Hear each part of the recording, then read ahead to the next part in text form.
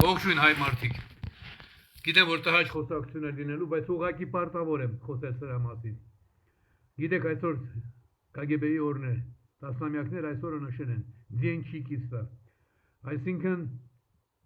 վատ օր է, լավ օր չէ։ Այսօրն էլ հենց երևի հատուկ այդ նպատակով տեսակետ կա, որ հենց այսօրն է սպանվել կամ մահացել։ Դե բանտում մահանալ նշանակում է սպանվել։ Օրինակ հայկական կազմակերպության դարձած առաջին մարդը ուկրաինացի Վասիլ Ստուսը բանտում մահացավ, բայց մենք ասում ենք բանտում սպանվեց, որովհետև բանտում դու քո ճակատագրի տերը չես։ Ինչևէ, եւ այս չեկիստ օրը, այսինքն այս վատ օրը Հովսեփ Խուրշուդյանը, որ ընդհանրապես մտավորական, այսինքն մտավոր կարողություններ ունեցող, իրեն ճիշտ պահող ընդհանուր առմամբ, կարծես թե շատ դեպքերում անաչառ, սկզբունքային մարդը, պարզվեց, որ ողջ էությամբ չեկիստ է, եւ հենց այսօրը ինքը հանկարծ որոշում է անդրադառնալ այն բանին, որ դուք գիտեք ինչ վատ բան է կատարվում, Պարույր Հայրիկյանը, բայց հերթով, տեսեք ինչ հին չեկիստական պրիոմ բառն ասեմ, որ հասկանա, գործելաձև է օգտագործում Հովսեփ Խուրշուդյանը։ Իդեպ իր ամբողջ կյանքը KGB-ի դեմ պայքարած ու հենց դրա համար էլ հարգարժան Պարույր Հայրիկյանը, ասում եք, ինչ լավ է սկսում, ամբողջ կյանքը KGB-ի դեմ պայքարած եւ հարգարժան, ով երեք հայելի ակումբում հայտարարում էր, որ կտրիչի իշխանությունը աստուծ է, ստոր սուտ, նախ ես ինձ թույլ չեմ տալիս վեհապարին կոչել իր մինչև հոգևորական դառնալը ունեցած անունով։ Դա վիրավորական չէ, բայց սա ցույց է տալիս քո ստոր նկրտումը, այսինքն դու հոգևոր օծումը չես ճանաչում։ Եվ քանի որ չկարողացան վեհապարի վերաբերյալ հիմնովի բան ասել, այսինքն ասել մի բան, որը պիտի կարողանար նրա ապաշխարության իրավունքից նրան զրկել։ Մենք բոլորս էլ մարդ ենք, եւ եթե անսխալական լինենք, ուրեմն մենք արդեն մարդ չենք, Աստված ենք։ Ուրեմն քանի որ չկարողացան գտնել մի բան, հիմա գտել են, իբր թե գտել են, այդպես ասեմ, ինչ որ թղթեր 30 տարվա հնության, եթե ոչ ավելի,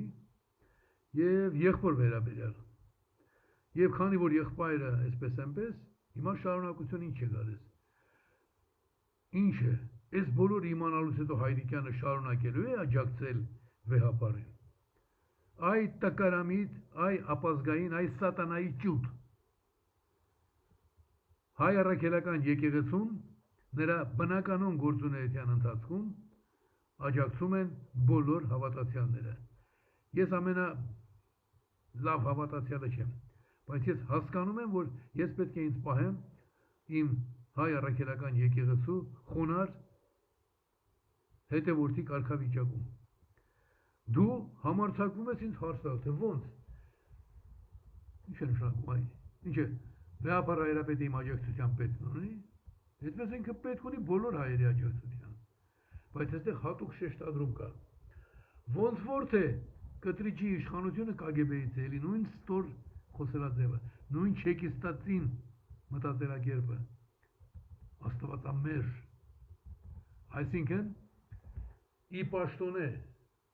նույնիսկ ազգային հոգևոր կառույցի ղեկավարի դերը ստանձնող մարդուն, դու նրա եղբոր վերաբերյալ տարածված ինչ որ ավելի ճիշտ KGB-ից ստացված ազգային անվտանգության ծառայության միջոցով փոխանցված թղթիկի պատճառով այդ անշնորհներ մի քանի 100,000 KGB-ի շուն կար Հայաստանում։ Իրենք մեղավոր չէին, որ իրենց ժամանակավոր շուն էին դարձրել։ Իմ պայքարը նրա համար էր, որ այդ գործակալները KGB-ի շուն դարձած մարդիկ վերադառնային իրենց մարդկային նկարագրին։ Հիմա դուք գտել եք մի թուղթ, այդ հսկա գաղտնազերծումը մոռացած, հիմա գտել եք մի թուղթ եւ այդ թղթի հիման վրա ուզում եք հայ առաքելական եկեղեցուն ստեղծել։ Ես էլ ձեզ կարգ հրավիրելու համար, այո, հենց այդ նույն ելույթում ասում եմ, որ լսեք, սրբապիղծ ստախոսները, պղծություններով հայտնի, իրավախախտումներով հայտնի քաղաքական, պետական գործիչները իրավունք չունեն, բարոյական իրավունք եւ սահմանադրական իրավունք չունեն հոգևոր կյանքի ոլորտ մտնելու։ Դրանից էս պիղծը, պղծի սիրահար պիղծը անցել առաջ եւ ասում է դուք տեսեք է, թե բա կաթողիկոսը Աստծո խորհրդանիշն է երկրի վրա։ Չէ, դու ես Աստծո խորհրդանիշը, այդ տկարամիտ։ Ինչ է քեզ այդ փշացրեց Խուշուդյան։ Թվում էր թե մարդ ես։ Եվ ինչն է հետաքրքրական։ Սրանից հետո ինքը ուրեմն տոն է տալիս, կոմենտներ են գրում, Հայրիկյանը, պարզվեց Հայրիկյանը KGB-ի գործակալ է։ Նույն ձևի, ուրեմն Զորի Բալայանը ինձ տարիներ առաջ զանգահարում էր, որ դու շատ հարգված գործիչ ես ամբողջ սովետական միության մակարդակով, նաև արտասահմանում, Ելցինը ընտրվել է նախագահ, նրան շնորհավոր էր։ Ես էլ այդ ձայնագրությունը տվեցի ընկերներից, ասեցի լսեք։ Հետո ինչ-որ մարդիկ դրել, վայ, Զորի Բալայանը Հայրիկյանին խնդրում է Ելցինին շնորհավորել։ Ուրեմն KGB-ի գործակալ է։ Նախ Զորի Բալայանն է KGB-ի գործակալը, պատկերացրեք։ Այս ապուշները չգիտեմ, որ Կոմկուսի անդամը չէր կարող լինել KGB-ի գործարան։ Խրուշչովի ժամանակ դա արգելված էր։ Ինչևէ։ Հիմա նույն կերպ էլ սա, քանի որ Հայրիկյանը կաթողիկոսի մասին, հայ առաքելական եկեղեցու մասին առողջ խոսք է ասում, ուրեմն ինքը KGB-ի հետ է աշխատում։ Հովսեփ Խուշուդյան, գոհ ես քեզնից, թե դու տականք ես։ Դու չէիր տեսնում, որ մի քանի տասնյակ մարդկանց դու 10-ից ավելի մարդիկ գրում էին, վա, պարզվում է Հայրիկյանը KGB-ի գործակալ է, մյուսներ ասում են, եթե KGB-ն Հայրիկյանին չի կարողացել կոտրել, ուրեմն KGB-ն թույլ կազմակերպություն է։ KGB-ն շատ ուժեղ կազմակերպություն է, բայց KGB-ից ուժեղ մարդիկ կային։ Այն մարդիկ, որ երբեմն նախընտրում էին, ասում էին, ես կմեռնեմ, բայց դեր մարդը չեմ դառնա։ Այ իդիոտ Խուրշուդյան, դու որ տեսնում ես, որ Հայրիկյանի մասին գրում են KGB-ի գործակալ, չէիր ասում գետինը մտնեմ ես, անասուն տականքս։ Այն մարդուն, որ 18 տարի բանտերում պայելուց հետո ստիպված եղան հատուկ օդանավով արտաքսել, դու անասուն ես արա դու։ Ոչ մեկի հետ տենց բան չի եղել, 300 միլիոն մարդկանցից 100 միլիոնին կոտորել են, բայց ոչ մեկին չեն եկել Երևանի բանտից նստեցրել հատուկ կառավարական օդանավ տարել Մոսկվա 88 թվականին։ Մոսկվայից էլ հատուկ օդանավով տարել Աֆրիկա, ոչ մեկին չեն տարել, այդ տակար։ Ես ինչ մակարդակի անասուն ես դու։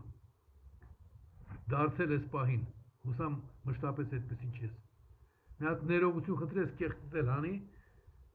եւ հասկացի, որ դու չես Աստծո խորհրդանիշը, այո, կաթողիկոսն է հայ մարդկանց համար Աստծո խորհրդանիշը։ Դրա համար հազարավոր մարդիկ գնում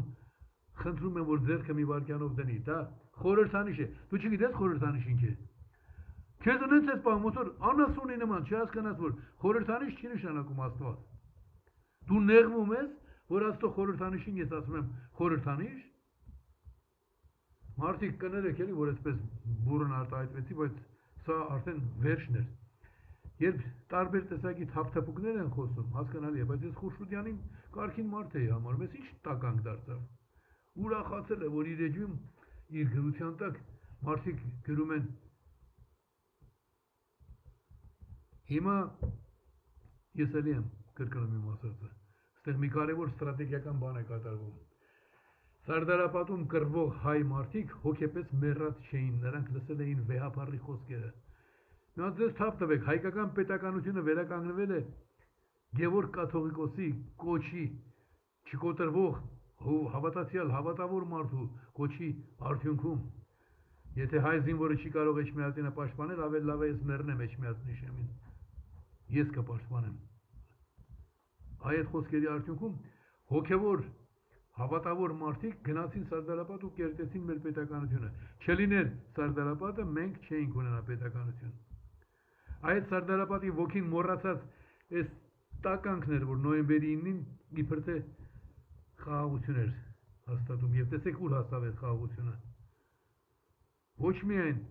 Արցախը կորցրինք մեր անվտանգությունը, այլև արժանապատվությունը, եւ սա վերջին փշրանքներն են, ուզում եմ ոչնչացնել մեզ, հայ մարդուն դարձնել անհոգի մարդ, այսինքն անասուն, իրենց նման անասուն, որ իրենք հեշտ կառավարեն։ Եվ բնականաբար ես պիտի դրա դեմ ընդվզեի, ու այդ իմ ընդվզելը սատանայի սպասավորներին, չգիտես ում ծառայող ինչ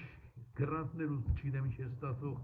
ինչով իրենց հոգիները ծախած մարդկանց, որ չէի կարծում որ այս տղան էլ է այդ դաշտում։ Դրա համար համ